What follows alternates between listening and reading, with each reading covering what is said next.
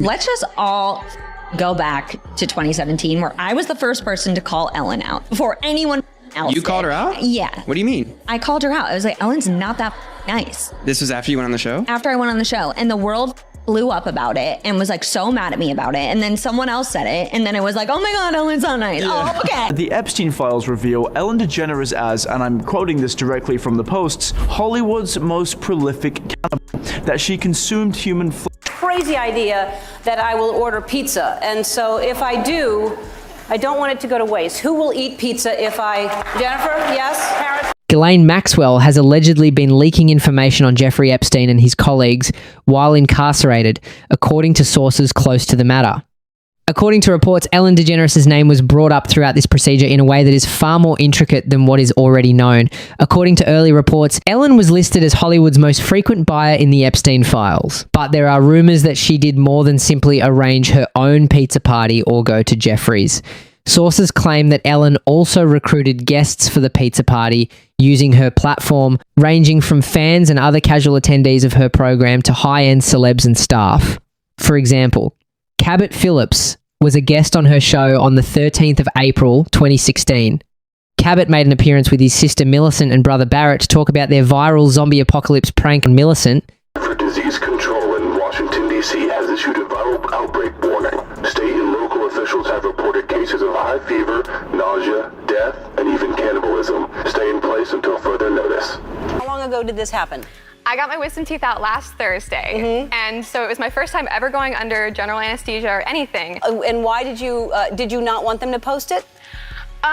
Okay, so they showed it to me, and I was like, yes, this is funny, but at the same time, why would I ever want anybody to see this of me ever, especially like YouTube, who tear people apart, you know? Right, so Tell me what you said though. I was like, well, I mean, do you think like Ellen would see it or anything like that? 3 years later, in 2019, Cabot Phillips shared this picture of himself with a pizza tattoo on the inside of his lower lip, in a turn of events that many are claiming is not so coincidence. He wrote, "Good to give yourself a little reminder sometimes," as the caption for the photo. However, Cabot now says that he never had this tattoo and that the widely shared picture is a Photoshop trick meant to trick his mother, but the timing is too fortuitous to be disregarded. In 2014, Ellen DeGeneres presented the Academy Awards for the first time. She ordered pizza from Big Mama's and Papa's Pizzeria to the Dolby Theatre stage music and distributed slices, which led to the viral moment. I have this crazy idea that I will order pizza, and so if I do, I don't want it to go to waste. Who will eat pizza if I... Jennifer, yes? Harrison? In 2016, she invites Cabot Phillips to appear on her show. According to reports, the two remained close in the years that followed. It's also important to know that the Pizzagate conspiracy started in 2016. Moving on to 2019, we have Cabot Phillips's pizza tattoo with that odd message that music has some wondering if his friendship with Ellen was more than just humor and public appearances.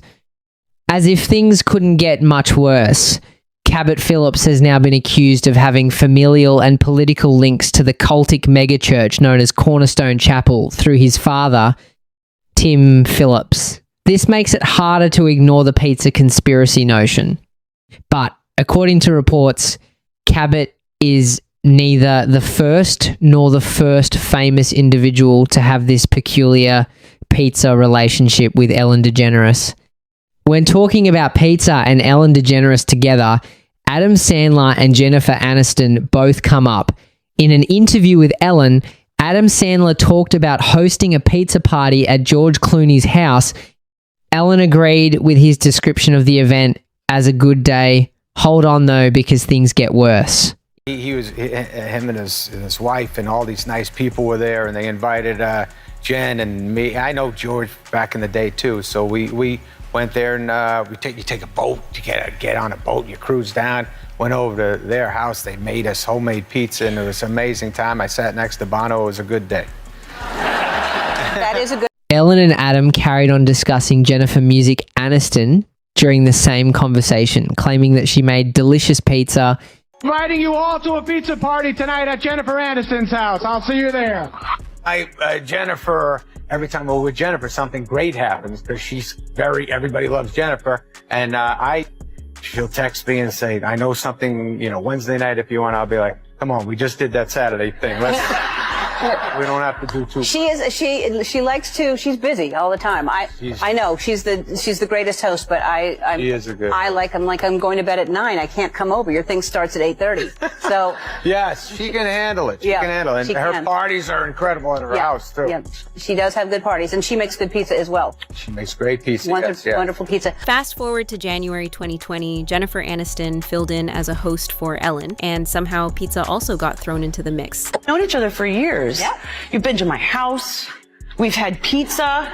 Girl after my own heart. Do we love a pizza or what? We love a pizza. It's so good. So much. In January 2020, Jennifer Aniston took over as Ellen's host, and inexplicably, pizza was included. These circles of friends that you guys have. You told a story about going and having pizza at the Clooney's in Lake Como. Yeah, that's all in Aniston. Okay. She's like, George and I would love you to come over for pizza, but oh my God! Right. What did you? Just have to they lay on him a little bit. That's the only difference. How was the pizza? Was it good? Oh, what? Did he make it Amal's himself? pizza was better than Clooney's. They both made. Everybody made a certain kind of pizza. There's no pizza we didn't love. What happens when you connect all of this music to the Jennifer Aniston and Adam Sandler conversation when Jennifer is momentarily stunned when the word pizza is mentioned? Pay close attention. Ellen consistently brought up pizza in her interviews, according to the data poll, and sources assert that this is not a coincidence. Pizza was purportedly the code phrase for her alleged use of her platform to entice guests and celebrities to join the Epstein circle. Music. To reiterate, the word pizza appears thousands of times in the Epstein files, where Jeffrey Epstein routinely talked about getting together for pizza with people in his inner circle and through pizza parties. Remember, Adam Perry Lang, Jeffrey Epstein's former personal chef, disclosed in 2021 that Epstein followed an extremely rigid diet. Words like pizza, beef jerk, grape soda, and cream cheese, which appear thousands of times in the Epstein files, are perceived by observers as having more sinister undertones than their true meanings, because he described Epstein as a health nut who constantly sought to eat fruits, vegetables, and nuts. Ellen DeGeneres was, for some reason, in the center of it all. Therefore, it wasn't just humor when music made the extra effort to buy pizza at the Oscars, spoke about it many times on her program, and made famous people like Harry Styles purchase pizza as a practical joke. According to reports, it was an inside joke created as a major cover-up by the elites. Right now, Harry is in his dressing room. I have ordered him a pizza. The pizza delivery guy will be there soon. Harry is wearing an earpiece. He has to say and do whatever I tell him to. Harry, you can hear me. Crow like a rooster. Have a seat, bro. Have a seat, bro. Yeah. Let me take a look at the pizza, bro. Let me take a look at the pizza, bro. Sources claim that Ellen recruited through her talk show, thus it was easier to make the connection when it was revealed that the background of her setting resembled a building on Jeffrey Epstein's island. You know that Ellen DeGeneres' stage set is exactly the same as on Epstein Island, with all the couches, the same colour, the same soft furnishings, palm trees, window, everything to the Ellen situation. Yeah. You know, people found out that Ellen was mean, and all these people came out and said, Ellen's actually a bitch. And they were like, whoa, yeah. Can't believe it. And she lost everything. She fell apart, disappeared, because people found out that this character that she was portraying in a half an hour on a television show is not really who she was. My buddy Greg, who was one of her writers, was like, she's a piece of shit. And he was like, she's a fucking mom. When I have a job, then what happens is that they have to kiss me sometimes. We've discussed this many times. Right. But when I don't have a job, nobody, did you see? No! Oh my God,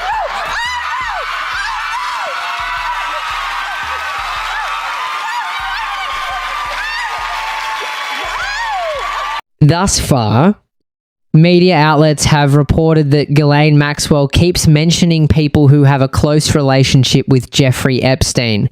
She is supposedly doing this to keep some of the benefits she has allegedly been receiving while incarcerated, including private time, personalized meals, and access to a pet gym. In an alleged meeting with Attorney General Todd Blanche, Ghislaine was instructed to keep these privileges by throwing some persons under the bus. Therefore, it should come as no surprise that certain well-known figures in Hollywood are receiving less favorable treatment. As of right now, more and more reports of this are being received every minute. What are your ideas and opinions then? Please share your thoughts regarding this scenario in the comments section. The next video will be much more fascinating, so don't forget to press the like and subscribe buttons.